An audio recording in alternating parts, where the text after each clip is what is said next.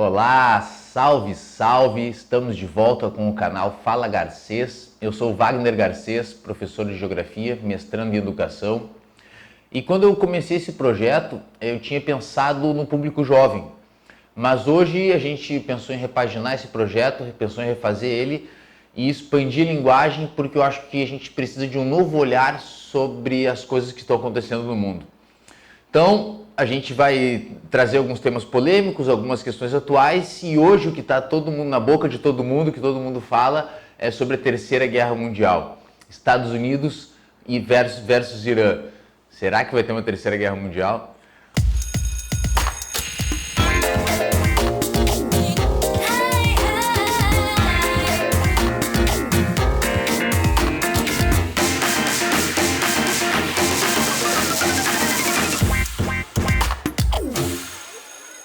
Alguém me perguntou essa semana, e aí, Sor, a Terceira Guerra Mundial, então, tu já botou teu capacete, já vai pra guerra, já tá treinando tiro e tal? E eu falei, tchê, não vai acontecer a Terceira Guerra Mundial. Porque o que está acontecendo é um grande conflito, mas isso coloca em paradigma de relações que tem 200 anos. Eu não sou bom com história, não sei historiografia, tá? Não sei se são 200 anos, mas lá do século XIX, tu tinha uma relação do Ocidente. O Ocidente a gente pode compreender assim, como grandes representantes do Ocidente, França, Inglaterra e Estados Unidos. Né? Então, o Ocidente e os países que são satélites dessas três grandes potências, tu tinha uma relação com o Oriente Médio que não se chamava Oriente Médio, na época era o Império Turco-Otomano. O Império Turco-Otomano, que teve grande prosperidade econômica, cultural, militar durante séculos, no século XIX vai estar tecnologicamente muito atrasado em relação à evolução do Ocidente.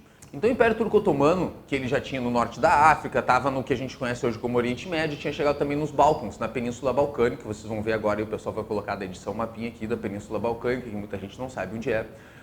E essa parte do território ela entrava a fazer fronteira com o Império Russo. O Império Russo, percebendo esse enfraquecimento do Império Turco-Otomano, que ele já vinha se desenhando desde o século XVIII, ele percebendo esse enfraquecimento, ele vai ameaçar o Império Turco-Otomano de invadir o território da Península Balcânica e para expandir, a gente vai invadir, esse território é meu e acabou a história. A França, uma França que não é oficialmente católica, mas ela tem sim a sua elite desenhada culturalmente como católica, eles vão se posicionar contra a postura dos russos e vão dizer, se a Rússia invadir o Império Turco-Otomano, nós vamos invadir militarmente para proteger a nossa população cristã que está sob a proteção do Império Turco-Otomano. Havia um acordo tácito entre as elites, entre os impérios, de que uma população protegeria a outra e tal. E a Inglaterra, vai chegar para o Império Turco-Otomano e vai dizer, eu protejo vocês contra os russos, eu protejo vocês contra os franceses, mas com a condição de que vocês assinem um tratado comercial onde os produtos manufaturados britânicos vão receber total privilégio de tratamento no território turco-otomano.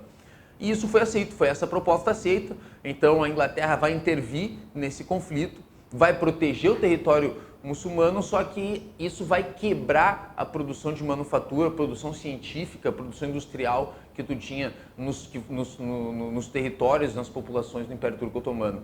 E desde então, todo o processo de neocolonialismo do século XIX, as independências que vão acontecer da Primeira Guerra Mundial de alguns países, como a Turquia, depois, mais tarde, as independências de outros países, de Egito e de toda a África, tu vai ter essa relação. Então, mesmo que tu tenha uma relação de independência política, a dependência tecnológica ela sempre vai estar acontecendo nessa relação entre o Oriente Médio e o Ocidente. Então, essas populações muçulmanas elas sempre vão estar sob o controle, as tecnologias só chegam para determinados grupos no Oriente Médio. Então, as potências ocidentais elas vão controlar o uso da tecnologia pelas populações muçulmanas.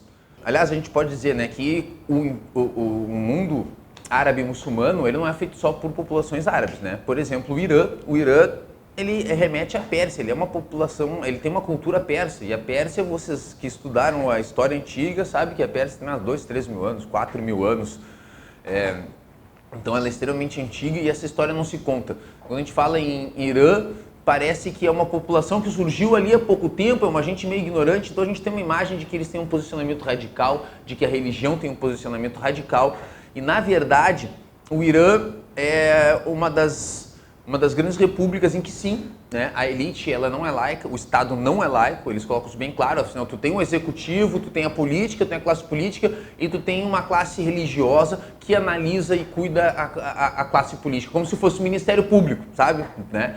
Então tu vai ter essa relação da religião dialogando com a política, porque isso é a continuidade da história deles. É assim que eles vão analisar. Talvez tu tenha ou não tenha o direito de interferir nisso. E quando essa estrutura decide que tem que ter uma tecnologia nuclear, seja ela, não uma tecnologia, seja ela militar ou não, né, uma tecnologia nuclear, uma tecnologia armística, tem eles o direito ou não de ter acesso a essa tecnologia? Será que eles representam uma ameaça maior do que os países ocidentais hoje dominam essa tecnologia? Será que uma tecnologia dessas na mão dos muçulmanos vai realmente causar um caos na humanidade? Será que líderes como Trump, será que líderes como Bush pai, Bush filho, será que eles são pessoas mais responsáveis do que os líderes do Irã, os líderes da Arábia Saudita, do Paquistão, da Índia? Será que eles são realmente mais responsáveis, mais humanos, a ponto de que não, essa tecnologia militar na minha mão está segura, na tua não? Será? E esse é o principal ponto. Não vai acontecer uma terceira guerra mundial, porque tem conflitos, tem interesses muito maiores nesse jogo, né? Tem a relação com a Rússia, tem a relação com a China, tem a relação entre esses mercados grandes e esse mercado menor dentro do Oriente Médio. Então, muito poucas razões levariam a uma terceira guerra mundial. Mas a questão é, os países árabes muçulmanos, os países do Oriente Médio, têm ou não têm o direito de ter uma tecnologia superior sem o controle do Ocidente, como acontece há 200 anos?